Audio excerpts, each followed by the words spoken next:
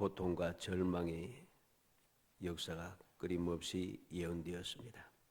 그런데 그 고통과 절망 중에 오늘 본문 말씀은 소망을 주는 말씀인 것을 우리가 보게 됩니다. 어떤 소망인가? 믿는 사람들에게 즐거움이 있는 그런 소망입니다. 우리는 이 놀라운 주님의 그 소망의 약속을 우리가 항상 기억해야 할 것입니다. 왜냐하면 이 소망의 말씀은 믿는 자들에게 즐거움이 있는 이 소망의 말씀은 오늘 우리에게 그대로 적용되는 그런 말씀이기 때문이죠. 우리는 하나님께서 주시는 소망의 즐거움을 간직하며 살아갈 때 비로소 우리가 이 세상에 살아갈 때 만나는 여러 가지 문제들, 고통이라든가 절망이라든가 슬픔이라든가 괴로움이라든가 각종 문제들을 이겨낼 수 있는 방법이 생깁니다. 그리고 그 모든 것을 이겨내므로 우리의 신앙생활이 비록 세상에서의 삶이지만 행복해질 수가 있습니다. 어떻게 그러한 일이 일어날 수 있는지 그때 하는 제목을 가지고 살펴보고자 합니다. 먼저 그때 일어날 일들이 무엇이냐 하는 것이죠. 그때 무슨 일이 일어나는가? 1절에 보니 이새의 줄기에서 한 싹이 나며 그 뿌리에서 한 가지가 나서 결실할 것이오 그랬습니다. 이새의 줄기에서 한 싹이 나고 뿌리에서 한 가지가 나서 결실을 한다. 이 말씀 우리는 생각해야 됩니다. 단순하게 이새의 자손 즉 다윗의 그 자손으로서 주님께서 이 땅에 오시는 단순한 그런 이야기가 아닙니다. 싹이나 가지라고 하는 것은 화려하거나 또 강한 의미 또는 능력이 있는 그런 대단한 것을 의미하는 것이 아닙니다. 존재가 미미하다는 소리죠. 원줄기도 아니고 원뿌리도 아니고 줄기에서 한 싹이 난다는 것이죠. 그리고 뿌리에서 원뿌리에서 쭉 올라오는 뿌리에서 한 가지가 또 나온다는 사실이죠. 그래서 결실한다. 사람이 보기에는 너무나도 시시해 보입니다. 실제로 그러했습니다. 사무엘상 18장 23절 한번 볼까요? 사무엘상 18장 23절 다윗이 스스로 자기 자신에 대해서 고백하는 내용입니다. 읽어봅니다. 사울의 신하들이 이 말을 다윗에게 전하며 다윗이 이르되 왕이 사위 되는 것을 너희는 작은 일로 보느냐 나는 가난하고 천한 사람이라 한지라. 다윗은 스스로 가난하고 천한 사람이라 합니다. 왜 가난하고 천한 사람이라 하는가? 실제로 이 다윗은 이새의 집에서 굉장히 대단한 사람은 아니었습니다. 8형제 중에 제일 막내이기도 하고 나머지 7 형들과 같은 어머니가 아닙니다. 어머니가 달라요.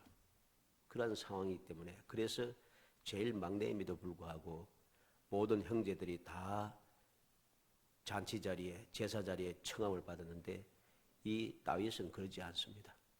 제일 막내인데도 들판에서 양을 치게 내버려 두고 있어요. 관계가 좋지 않아요. 그래서 이 다윗이 골리앗을 쳐부시는 그때에 아버지 이새의 명령에 순종해서 전쟁터에 갔을 때 형들이 다윗에 대하여서 책망을 하기 시작합니다. 사이가 좋지 않아요. 자기 자신이 스스로 가난하고 천한 사람이라 왕이 자기가 될 수 있는 그러한 위치에 있는 사람이 아닌 것을 그는 알고 있습니다. 다윗이 스스로 자기의 자신에서 고백하듯이 누가복음 2장 22절 한번 찾아봅니다. 우리는 이 말씀은 임마누엘 즉 메시아에 대한 예언이기 때문에 주님께서 이 땅에 오심과 같이 비교해야 됩니다. 누가복음 2장 22절로 24절 읽어봅니다. 모세의 법대로 정결 예식의 날이 참에 아기를 데리고 예루살렘에 올라가니 이는 주의 율법에 쓴 바 첫해 처음 난 남자마다 주의 거룩한 자라 하리라 한 대로 아기를 주께 드리고 또 주의 율법에 말씀하신 대로 산비둘기 한 쌍이나 혹은 어린 집비둘기 둘로 제사하려 함이더라. 주님께서 이 땅에 탄생하셨을 때 정결 예식에 따라서 40일이 되어 하나님 앞에 정결의 예물을 바치는데 바치는 예물이 산비둘기 한 쌍 또는 어린 집비둘기 둘 이렇게 되어 있습니다. 이것은 우리가 지난번에 말씀을 살펴봤습니다만 가장 가난한 사람이 드리는 예물입니다. 가난한 사람이 드리는 예물이에요. 그만큼 주님은 가난하게 세상에 태어나셨다는 사실입니다. 이렇게 이새의 줄기에서 한 싹이 나고 그 뿌리에서 한 가지가 나서 결실을 한다. 사람들이 보기에는 출발이 시원치 않습니다. 시원치 않지만은 그 결과의 결실을 맺는데 이곳에서 무슨 열매가 날 것인가? 사람들이 나사렛에 무슨 선한 것이 날 수 있느냐? 그렇게 취급하는 바로 그 위치에 있습니다. 대단하지 않아요. 근데 그 줄기에서 난 싹이 나중에는 결실을 하더라는 거죠. 뿌리에서 나온 새로운 가지가 결실을 하더라. 놀라운 일인 것이죠. 그래서 이것은 기적이고 그래서 우리에게 소망이 되는 것입니다. 주님께서 이렇게 보잘것없는 모습으로 대단하지 않는 그런 상황 속에 이 세상에 오신 것을 보면서 그러면서도 많은 열매가 거두어졌듯이 오늘날 우리에게도 소망이 있는 것이죠. 내가 비록 보잘것없고 어리석고 미련하고 여러 가지 부족한 것이 참 많아서 대단하지 못하지만은 세상적으로 볼 때는 도무지 벗어날 방법이 없고 올라갈 방법이 전혀 없지만은 바로 이 주님께서 우리와 같은 그러한 힘들고 어려운 사정에서 이 세상에 오셔서 놀라운 능력을 열매를 맺으시듯이 그 주님을 믿는 우리에게도 이 놀라운 은혜가 있게 하신다는 거죠. 그래서 소망의 즐거움이 있는 것입니다. 누구에게? 믿음의 사람에게. 두 번째는 어떻게 이 큰일, 즉 결실을 할 수 있는가? 어떻게 큰일을 할 수 있는가? 이유를 우리가 알아야 됩니다. 단순히 예수님이시니까 하나님께서 그렇게 말씀하셨으니까 이렇게 지나가면은 우리가 올바른 은혜를 누리지 못합니다. 신앙생활이 제대로 안 되기 때문이죠. 어떻게 그렇게 큰 일을 저기 결실을 맺을 수 있는가? 산 싹이 나고 가지가 나서 어떻게 그곳에서 결실하는 놀라운 역사가 날 수 있는가? 이유를 제대로 알아야지 우리가 올바른 믿음을 가지고 올바르게 신앙생활을 할 수 있습니다. 오늘날의 문제는 무엇입니까? 올바로 알지 못합니다. 그래서 믿음에 대해서 잘못 알고 있다는 것이죠. 잘못 알기 때문에 신앙생활이 제대로 이루어지지 않습니다. 이게 오늘날의 문제입니다. 앞으로 이런 일은 더 심해지겠죠. 자, 그러면 어떻게 큰일 할 수 있습니까? 2절에 보니까 먼저 첫 번째로 2절에 그 위에 여호와의 영 곧 지혜와 총명의 영이요 모략과 재능의 영이요 지식과 여호와를 경외하는 영이 강림하시리니 그랬습니다. 첫 번째 이유는 그 위에 여호와의 영이 임하신다는 거죠. 강림하신다 했는데 이 강림하신다는 머무른다는 뜻입니다. 여호와의 영, 언약의 하나님, 반드시 약속한 대로 이루시는 전능하신 하나님의 영이 머물러 계시다는 것이죠. 하나님의 영 어떠한 영입니까? 곧 지혜와 총명의 영이요. 지혜라고 하는 것은 통치자에게 필요한 은사입니다. 복잡하고 어려운 사건을 판단하는 데 필요한 것이 바로 지혜입니다. 다시 말해서 하나님의 뜻을 올바르게 이해할 수 있는 것, 이게 바로 지혜라고 하는 것입니다. 하나님의 뜻을 올바로 이해하지 못하면은 모든 여러 가지 복잡한 일들을 올바르게 내가 판단할 수가 없어요. 판단이 안 돼서 한 곳으로 자꾸만 치우칩니다. 인정으로 끌리고 인맥으로 끌리고 무슨 또 줄에 끌리고 끌리는 게 많아요. 그래서 자꾸만 법대로 올바르게 딱 공의로 하지 아니하고 자꾸만 옆으로 자꾸만 새기 시작하는 거죠. 옆으로 새는 일이 자꾸 많아질수록 문제가 심각해지는 것이죠. 총명의 영이라 했습니다. 지혜와 총명의 영이요. 총명이란 것은 올바른 분별력을 말합니다. 인간관계에서 올바르고 현명한 말과 행동을 하게 하는 것, 이게 바로 총명입니다. 올바른 분별력을 주는 그 영이 있다는 것이죠. 그리고 모략과 재능의 영이라 했습니다. 모략이란 것은 지혜로운 계획, 지혜로운 계획을 수립할 수 있는 능력을 말한 것입니다. 지혜로운 계획을 수립할 수 있는 능력. 재능은 그 계획을 집행할 수 있는 능력을 말합니다. 그래서 재력과 모략, 이 모략과 재능에 대해서 같이 붙어 있습니다. 지혜롭게 계획을 수립할 수 있는 능력이 있고 그것에 또 재능이 있어서 계획 아무리 수립을 잘해도 계획을 잘 세워도 그 계획 세운 대로 집행할 수 있는 능력이 없으면 그 계획은 다 쓸모없는 겁니다. 그런데 모략과 재능의 영이 있다는 것이죠. 그리고 지식과 여호와를 경외하는 영이 강림하시니 지식이라고는 지식 여호와를 경외하는 것, 즉 하나님의 뜻을 살피고 행하며 언제나 하나님을 두려워하는 자세입니다. 즉 하나님께 모든 맡기고 의지한다는 것이죠. 하나님의 뜻에 어긋나지 않도록 항상 경건에 힘쓰는 것을 말하죠. 이게 바로 지식과 여호와를 경외하는 영, 바로 그 여호와 영이 강림하시기 때문에 이 놀라운 역사가 일어나게 된 것입니다.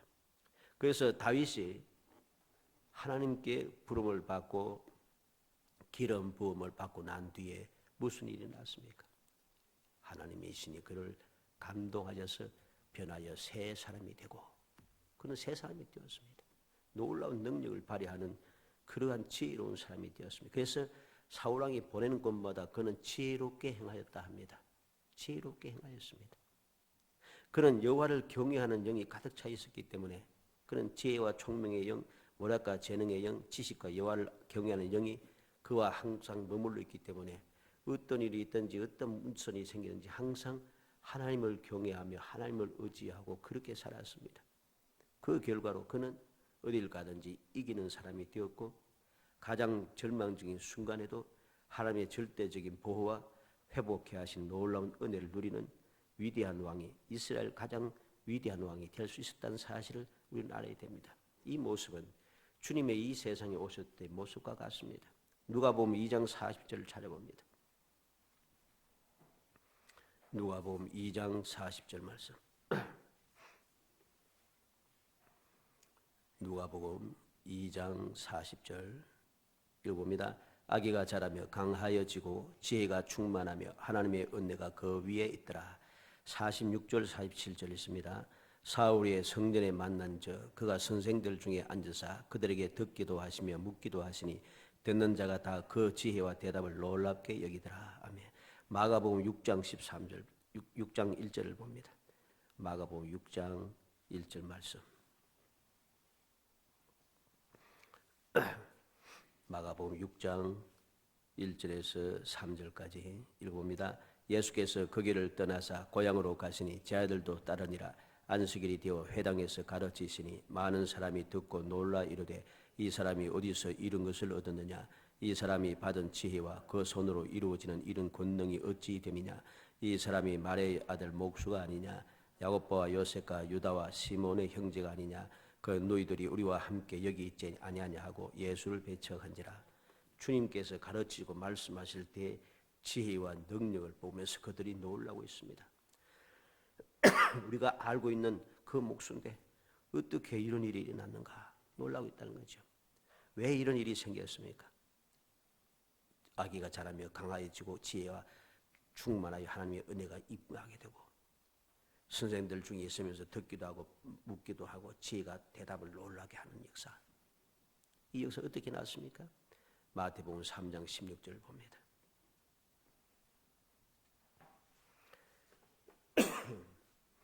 마태복음 3장 16절 17절 읽어봅니다. 예수께서 세례를 받으시고 곧 물에서 올라오실새 하늘이 열리고 하나님의 성령이 비둘기같이 내려 자기 위에 임하심을 보시더니 하늘로부터 소리가 있어 말씀하시되 이는 내 사랑하는 아들이요 내 기뻐하는 자라 하시니라. 아멘. 주님께서 이 땅에 오셨을 때도 하나님께서 천군 천사를 통해서 찬양하는 역사가 났습니다. 주님께서 왜 이 땅에 오셨는가 그 목적에 대해서 쭉 말씀하셨고 이제 주님께서 공생애를 시작하실 때 성령이 임하시는 역사가 일어나기 시작합니다. 하나님께서 친히 말씀하시고 기뻐하시는 일이 일어납니다. 이러니 놀라운 역사, 열매가 맺어질 수밖에 없습니다. 이런 큰일이 일어날 수밖에 없다는 것이죠. 보잘것나고 보잘것없는 존재가 어떻게 큰 결실을 맺을 수가 있는가? 이유는 오직 여호와의 영이 머물러 있기 때문이라. 여호와의 머물러 있는 여호와의 영은 지혜와 총명의 영이고 오략과 재능의 영이요 지식과 여호와를 경외하는 영이더라는 것이죠. 그 성령께서 항상 함께 하시니까 모든 것이 능하고 아름다운 열매가 맺어지는 것이죠. 두 번째 이유는 어떻게 큰일을 할 수 있는가? 두 번째 이유는 3절로 5절 말씀에 보면 자세히 설명해 줍니다. 그가 여호와를 경외함으로 즐거움을 삼을 것이며 그의 눈에 보이는 대로 심판하지 아니하며 그의 귀에 들리는 대로 판단하지 아니하며 공의로 가난한 자를 심판하며 정직으로 세상에 겸손한 자를 판단할 것이며 그의 입에 막대기로 세상을 치며 그의 입술의 기운으로 아기를 죽일 것이며 공의로 그의 허리띠를 삼으며 성실로 그의 몸의 띠를 삼으리라. 우리는 알아야 됩니다. 성령께서 임하셨다고 해서 다 끝난 게 아닙니다. 우리는 한때 성령의 충만함을 받아서 열심으로 큰 일을 하고 대단한 일을 하던 사람이 어느 순간 타락을 해서 세상 사람보다 더 악한 모습들을 우리는 봅니다. 왜 그럴까요? 성령의 충만함을 받아서 저 지혜와 총명의 영, 모략과 재능의 영, 지식과 여호와를 경외하는 영이 함께 하여서 역사하시는데, 그러면 그 하나님의 영을 받은 강림하신 이유가 무엇입니까? 하나님께서 결실하기 위해서 열매를 맺게 하기 위해서 하셨는데, 그런데 그 일을 해야 되는데 안 하면은 소용없다는 것입니다.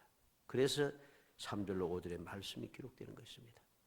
여호와의 영이 임하시고 여호와의 영이 임하심으로 그 결과로 바로 이러한 일을 하게 된다는 것입니다. 여호와를 경외함으로 즐거움을 삼을 것이며, 여호와를 경외하는 것이 즐겁다. 주님께서 한때 복음을 전하시면서 굶주리 있을 때서 제 아들이 이제 음식을 사서 선생님 예수님을 대접하기 위해서 동네로 들어갔습니다. 동네에 들어갔다 나왔는데 주님께서는 말씀을 하십니다. 나는 배고프지 않음에 대해서 말씀하시고, 왜 누가 음식을 주었는가? 하나님의 일을 하는 것, 이게 바로 음식 먹는 같음을 우리에게 들려주겠죠. 여호와를 경외하는 것, 주의 일을 하는 것, 이게 우리에게 즐거움이 되어야 되는 거죠. 주님께서는 바로 그 일을 즐거워하시면서 이 땅에 오셔서 공생애를 시작하며 항상 하나님의 뜻을 이루기 위해서 모든 것을 다 희생하십니다. 즐거워하시면 기쁨으로 모든 것을 감당해 가셨습니다. 이게 바로 여호와를 경외함으로 즐거움을 삼는 것입니다. 그리고 그의 눈에 보이는 대로 심판하지 아니하며, 사람은 눈에 보이는 대로 다 판단해 버립니다. 그 내면에 있는 왜 저런 일이 일어났는가 하는 것을 생각지 아니하고 일어난 그 일만 보고 모든 걸 판단해 버립니다. 그런데 주님은 그렇지 않고 왜 저 일이 일어났는가, 그 전에 있었던 일들을 생각하신다는 거죠. 그것을 보고서 그래서 올바르게 심판하신다는 소리죠. 귀에 들리는 대로 판단하지 아니하며, 오늘날 어떻습니까? 오늘날은 들리는 게 소리가 너무 많습니다. 누가 한번 무슨 이야기 이름이 올라오면은 사방에서 막 저 사람은 이렇고 어렸을 때 뭐 하고 저 학교 다닐 때 뭐 하고 막 소리가 막 들려옵니다. 그래서 사람들은 그것만 보고서 저런 나쁜 놈 이됩니다. 근데 주님은 그렇게 심판하지 않는다는 것입니다. 들리는 대로 심판하지 아니하고 주님께서 직접 그 사정을 살피신다는 것입니다. 그래서 보면은 이제 공의로 가난한 자를 심판하며 정직으로 세상에 겸손한 자를 판단할 것이며 그의 입에 막대기로 세상을 치며 그의 입술의 기운으로 아기를 죽일 것이며 그랬습니다. 공의로 가난한 자를 심판합니다. 정직으로 세상에 겸손한 자를 판단합니다. 입에 막대기로 세상을 치고 입술의 기운으로 아기를 죽입니다. 모든 것이 그냥 눈에 보이는 대로, 귀에 들리는 대로, 그렇게 사람들이 막 이야기하는 대로, 사람이 주장하는 대로, 많은 사람들이 막 몰아가는 대로, 힘 있는 사람들이 막 주장하는 대로, 믿는 대로 그렇게 하지 아니하고, 주님께서는 공의로 정직으로 모든 것을 판단하고 모든 것을 심판하신다는 것이죠. 그렇기 때문에 억울한 일이 없다는 소리죠. 억울한 일이 없습니다. 악한 자들은 죽일 것이며 그랬습니다. 그러니까 결국 무엇입니까? 악한 자들은 반드시 죽임을 당합니다. 그러니 악행이 승리하지 못합니다. 오늘날 세상은 악인들이 승리하는 경우가 많습니다. 얼마나 악인들이 승리하는지 모릅니다. 큰 소리 빵빵 치고 온갖 못된 짓을 하는 사람들이 위에서 온갖 짓을 다 하고 잘난 척 합니다. 이게 세상 일입니다. 그런데 주님께서 판단하고 심판하기 시작하면 그게 소용없습니다. 공의로 정직으로 심판하고 판단하시기 때문에 가난하고 연약하고 정직하게 살던 사람들, 힘없는 사람들, 그들에게 올바르게 판단해서 억울한 일이 생기지 않게 하고 남을 억울하게 하면서 악한 일을 했던 그 자들을 반드시 하나님께서 심판하여 그들을 죽이시버린다. 멸하신다는 것입니다. 어떻게 이런 일이 났습니까? 5절에 보니까 공의로 그의 허리띠를 삼으며 성실로 그의 몸의 띠를 삼으리라. 공의와 성실로 하나님께서 띠를 삼고 그것으로 힘의 근원이 되도록 띠를 삼는 힘의 근원이 되는 거죠. 모든 것을 움직이는데 흐트러짐이 없게 하는 것입니다. 공의와 성실로 모든 것을 올바르게 흐트러짐이 없이 강력하게 역사하시니까 결국은 모든 것이 올바르게 이루어지고 아름다운 결실이 맺어질 수밖에 없다는 것입니다. 세 번째로 그 결실이 무엇인가? 그때 일어날 일의 결과들입니다. 결실한다 할 때 그 결실이 무엇인가? 6절로 9절에 보니 그때 어린이 이리가 어린 양과 함께 살며 표범이 어린 염소와 함께 누우며 송아지와 어린 사자와 살진 짐승이 함께해서 어린 아이에게 끌리며 암수와 곰이 함께 먹으며 그것들의 새끼가 함께 엎드리며 사자가 소처럼 풀을 먹을 것이며 젖먹는 아이가 독사의 구멍에 장난하며 젖된 어린 아이가 독사의 굴에 손을 넣을 것이라. 내 거룩한 산 모든 곳에서 해됨도 없고 상함도 없을 것이니 이는 물이 바다를 덮은 같이 여호와를 아는 지식이 세상에 충만할 것임이니라. 그때 일어날 결실, 그 결과가 확실하게 보여줍니다. 어떠한 역사가 나타납니까? 그때의 평화의 세상이 이루어진다는 거죠. 이 세상의 평화가 시작이 되는 온전한 평화, 진정한 평화가 시작되는 것이고, 다시 말해서 모든 그 창조의 질서가 회복된다는 소리입니다. 에덴 동산이 회복된다는 소리지요. 여기서 말하는 내용을 한번 보세요. 이리가 어린 양이 함께 살며 표범이 어린 염소 함께 누우며 송아지와 어린 사자 살진 짐승이 함께해서 어린 아이에게 끌리며. 내용을 한번 보세요. 같이 있을 수 없는, 같이 살 수 있는, 같이 눕고 같이 그렇게 있을 수 있는, 같이 끌리고 달릴 수 있는 그런 위치가 아니에요. 이리는 양을 잡아먹고 삽니다. 표범도 염소를 잡아먹고 삽니다. 사자는 송아지를 먹고 삽니다. 어린아이는 이런 짐승들이 끌만한 능력이 없습니다. 어린아이가 어떻게 능력이 있겠어요? 그런데 이런 일이 일어난다는 거죠. 악한 짐승이 없어진다는 것입니다. 창조 질서가 회복되는 것이죠. 그리고 암수와 곰이 함께 먹으며 그것들의 새끼가 함께 엎드리며 사자가 소처럼 풀을 먹을 것이며 젖먹는 아이가 독사의 구멍에 장난하고 젖된 어린 아이가 독사의 굴에 손을 넣을 것이라. 그 모든 과정이 어때? 그 열매가 너무나도 평화롭습니다. 이제까지 두려워하며 근심 걱정하고 살아왔던 그 모든 문제들이 일순간에 다 해결되는 것이죠. 창세기 1장 27절 찾아보겠습니다. 이게 무슨 일인가? 창조 질서의 회복입니다. 창세기 1장 27절로 30절 말씀. 창세기 1장 27절로 30절 읽어봅니다. 하나님이 자기의 형상 곧 하나님의 형상대로 사람을 창조하시되 남자와 여자를 창조하시고 하나님이 그들에게 복을 주시며 하나님이 그들에게 이르시되 생육하고 번성하여 땅에 충만하라. 땅을 정복하라. 바다의 물고기와 하늘의 새와 땅에 움직이는 모든 생물을 다스리라 하시니라. 하나님이 이르시되 내가 온 지면에 씨 맺는 모든 채소와 씨 가진 열매 맺는 모든 나무를 너희에게 주노니 너희의 먹을 거리가 되리라. 또 땅의 모든 짐승과 하늘의 모든 새와 생명이 있어 땅에 기는 모든 것에게는 내가 모든 푸른 풀을 먹을 것으로 주노라 하시니 그대로 되니라.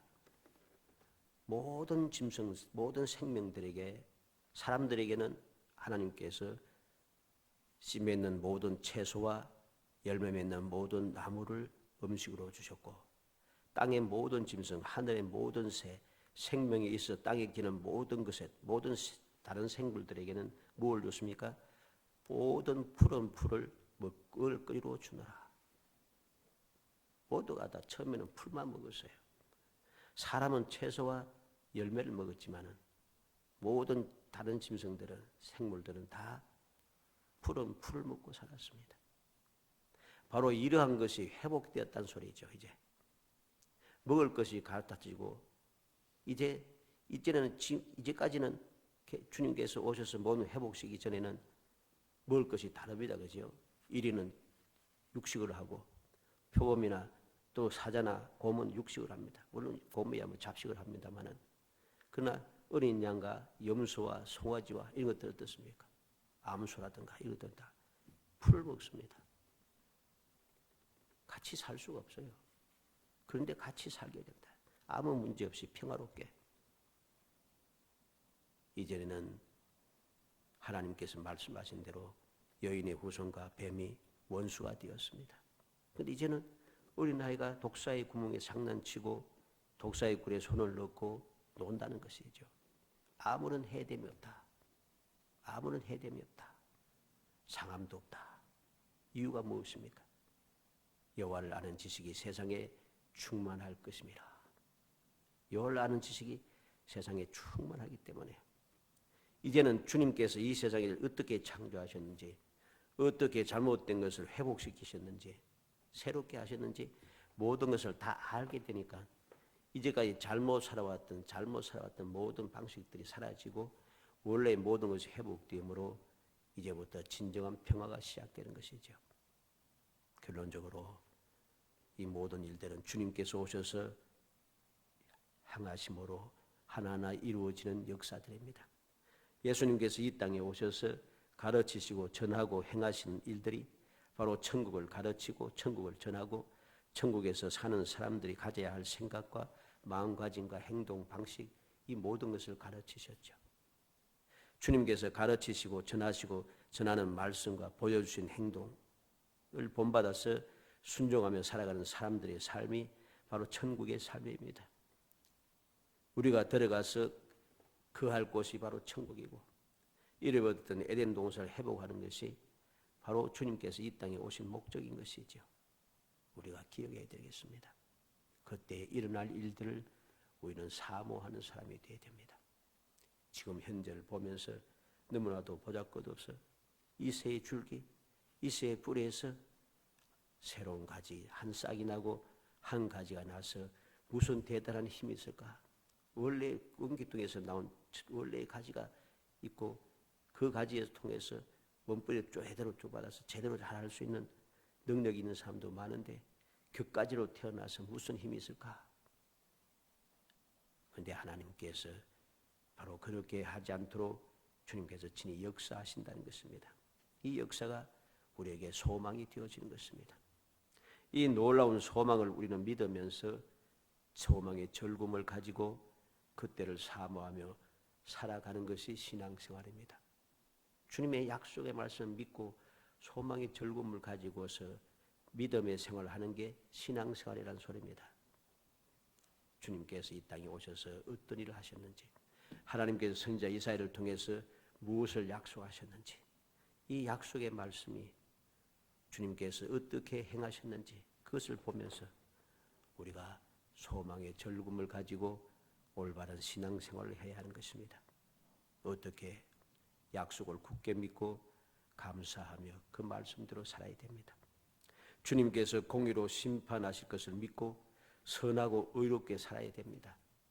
지금 다른 사람 다 저런 나만 이렇게 하면 나만 손해보고 그런 생각하면 안 됩니다. 주님께서 반드시 공의로 심판하시리다. 그러므로 믿고 우리는 그런 잘못된 불의와 불법을 행하는 사람이 아니라 선하고 의로운 삶을 살아가는 사람, 그리고 예수님의 재림을 사모하며 기다려야 됩니다. 이것이 오늘 말씀을 통해서 우리가 교훈을 받아야 할 내용인 것이죠. 말씀을 찾아보도록 합시다. 요한계시록 21장 1절로 4절.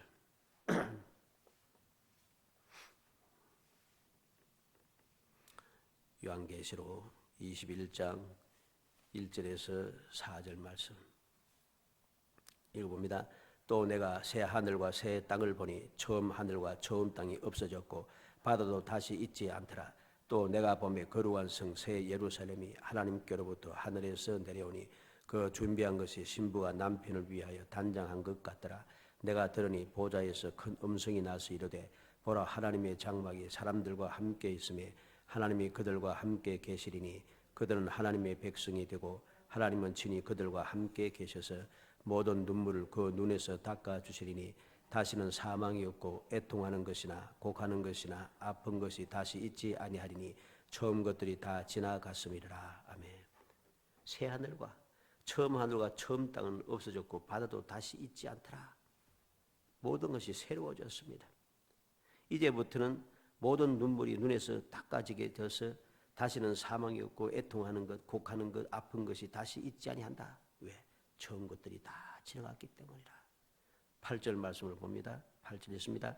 그러나 두려워하는 자들과 믿지 아니하는 자들과 흉악한 자들, 살인자들과 음행하는 자들과 점술가들과 우상 숭배자들과 거짓말하는 모든 자들은 불과 용으로 타는 못에 던져지리니 이것이 둘째 사망이라. 모든 이 세상의 고통과 괴로움이 사라지는 사람이 있는가 하면 그러한 놀라운 은혜를 누리지 못하는 사람이 분명하게 기록됩니다. 두려워하는 자들, 믿지 아니하는 자들, 흉악한 자들, 살인하는 자들, 음행하는 자들, 점술가들, 우상 숭배자들, 거짓말하는 모든 자들. 지금 이 불과 유황으로 타는 불못에 던져지는 이 사람들의 모습이 어떻습니까? 오늘날에 자꾸만 이런 사람들이 많아지고 있잖아요. 자꾸만 많아지고 있잖아요. 이 세상 사람들은 당연히 이런 사람들이니까 세상 사람들 보고서 교훈받는 게 아니고 믿는다고 하는 사람들이 자꾸만 이런 일을 하는 사람이 자꾸 많아진다는 소리입니다. 그런 사람 따라가지 말라는 소리입니다. 아무리 그 사람들이 유명하고 대단한 사람이라도 헛된 일을 주님의 뜻대로 살아가지 않는 이러한 사람들 따라가서는 안 됩니다. 엉뚱한 것을 두려워합니다. 여기 두려워하는 것은 하나님을 두려워한다는 소리가 아닙니다. 세상의 것을 두려워하는 거죠. 믿지 아니한 자들, 세상 것을 두려워하니까 이들 믿지 않는 사람들이죠. 흉악한 자들이 얼마나 많은지 모릅니다. 살인자들, 음행하는 자들, 점술가들. 지금 이 사람 음행하는 자들, 점술가들이 세상에 팽배해 있잖아요. 우상 숭배하는 자들, 거짓말하는 자들, 거짓말을 얼마나 잘하는지 모릅니다. 이런 사람은 절대로 하나님 주님께서 아까 어떻게 하신다 했습니까? 보는 대로 들리는 대로 심판하고 판단하지 않는다 했습니다. 그렇기 때문에 이 모든 사실을 아시기 때문에 이들을 심판하셔서 불과 유황으로 타는 불못에 던져버리는 것이죠. 영원한 멸망이 준비되어 있습니다. 21장 27절도 봅니다. 27절 읽어봅니다. 무엇이든지 속된 것이나 가정한 일 또는 거짓말하는 자는 결단코 그리로 들어가지 못하되 오직 어린 양의 생명책에 기록된 자들만 들어가리라. 무엇이든지 속된 것, 세속화된 것들은 이곳에 들어갈 수가 없습니다. 가정한 일을 하는 사람들, 거짓말하는 자 결코 그리로 들어가지 못한다. 우리는 명심해야 됩니다. 세상에 휩쓸려서 세상을 본받아 세상에 그득한 사람, 주님께서 금하시는 가정한 일, 거짓말하는 것, 이것은 절대로 주님의 은혜 가운데 살 수 없음을 알아야 됩니다. 그래서 주님께서 말씀합니다. 누가복음 12장 8절 9절 읽어보겠습니다. 누가복음 12장 8절 9절 누가복음 12장 8절 9절 있습니다. 내가 또 너희에게 말하노니 누구든지 사람 앞에서 나를 시인하면 인자도 하나님의 사자들 앞에서 그를 시인할 것이요 사람 앞에서 날 부인하는 자는 하나님의 사람들 앞에서 부인을 당하리라. 주님께서 분명히 말씀합니다. 사람 앞에서 시인하면 주님께서도 시인하고, 사람 앞에서 부인한 자들은 하나님 앞에서도 부인을 당하리라. 이게 쉬운 이야기 같으죠. 나 세상에 나가서 나 예수 믿는 사람이다 한다고 해서 시인한다는 이야기가 아닙니다. 이걸 알아야 됩니다. 요새 여러 가지 보면은 간혹가다 뉴스 보면은 나는 크리스찬이고 뭐 쭉 하는데 말하고 행동하는 것이 믿음의 사람의 말과 행동이 아닌 것을 보잖아요. 이것은 예수님을 시인하는 모습이 아니에요. 예수님을 시인한다는 것이 말로 시인한다고 해서 시인한 것 같으면 주님께서 이 말씀을 하지 않죠. 주님께서 뭐라고 했습니까? 내가 주의 이름으로 선지자도 하고 병도 고치고 귀신도 쫓아내고 많은 능력도 하고 주님의 말씀을 듣고 배웠고, 주님께서는 불법을 행한 자들아 내가 떠나가라 난 너희를 도무지 알지 못한다고 하십니다. 말로만 하는 것이 되는 게 아닙니다. 우리의 삶을 통해서 진정으로 주님을 나의 구세주로 믿고 시인하면은 주님의 말씀에 순종하여 살게 되고, 주님 본받아서 살게 되고, 주님 가신 길을 따라가게 되고, 주님의 명령에 충성을 다하게 되는 것이죠. 그런데 충성하지 않고 말씀을 듣지 않고 주님 가신 길을 따라가지도 않고 그러면서 나는 시인한다고 하면 주님께서는 쏘아 넘어가시는 분이 아닙니다. 갈라디아 5장 19절 찾아봅시다. 바울 사도는 주님을 만난 뒤에 모든 생각이 바뀌고 삶 자체가 바뀌었습니다. 지식이 바뀌었습니다. 주님을 만나기 전과는 달라졌다는 소리죠. 갈라디아 5장 19절로 21절 말씀 읽어봅니다. 육체의 일은 분명하니 곧 음행과 더러운 것과 호색과 우상숭배와 주술과 원수 맺는 것, 분쟁과 시기와 분냉과 당짓는 것과 분열함과 이단과 투기와 술취함과 방탕함과 또 그와 같은 것들이라. 전에 너희에게 경계한 것 같이 경계하노니 이런 일을 하는 자들은 하나님의 날을 유업으로 받지 못할 것이요. 바울 사도는 예수님을 만나기 전에 물론 이 모든 일을 다 하진 않았지만은 이 중에 많은 일을 그는 실제로 행하였습니다. 그는 원수를 맺기도 하고 분쟁과 시기와 분냉과 당짓는 것과 분열함과 이단과 투기와 이 모든 일들을 그는 많은 일을 했습니다. 주님을 만난 뒤에 비로소 깨닫고 이 모든 것은 육체의 일이다. 이것은 주님의 일이 아니란 것입니다. 그래서 그는 정신을 차리고 이제부터 생각과 말과 행동, 삶 자체가 완전히 바뀌었습니다. 그래서 그는 담대하게 말할 수 있었고 주님의 은혜 가운데 살아갈 수 있었습니다.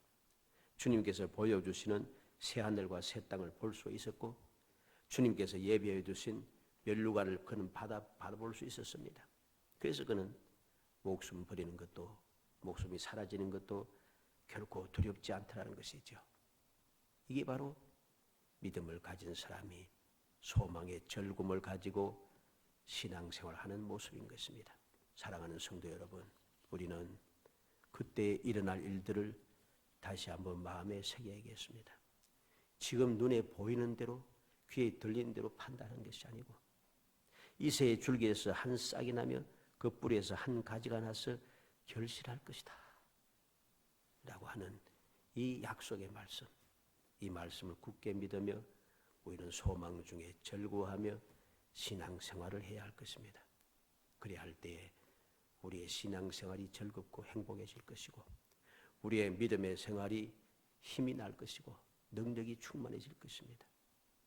어찌하든지 그때 일어날 일을 확신하며 믿음 가운데 소망의 절금을 가지고 잘 살아가서 여러분들이 다윗과 같이 아름다운 결실을 맺고 주님께로부터 잘했다 칭찬드리며 바울사도의 고백처럼 나를 위해서 멸류관이 준비되었다고 당당하게 말할 수 있는 능력 있고 그리고 행복한 성도들이 되시기를 주의 이름으로 축복합니다. 은혜 감사합니다. 사랑하여 주셔서 택하여 주시고 택한 저희들 하여금 주님의 은혜와 사랑을 기억하게 하시고 소망 중에 절구할 수 있도록 은혜 주심을 감사합니다. 간절히 소원합니다. 그때 일어날 주님의 능력의 역사를 바라보며 저희의 믿음에 굳건하게 서게 하시고 흔들리지 않게 하시기 원합니다.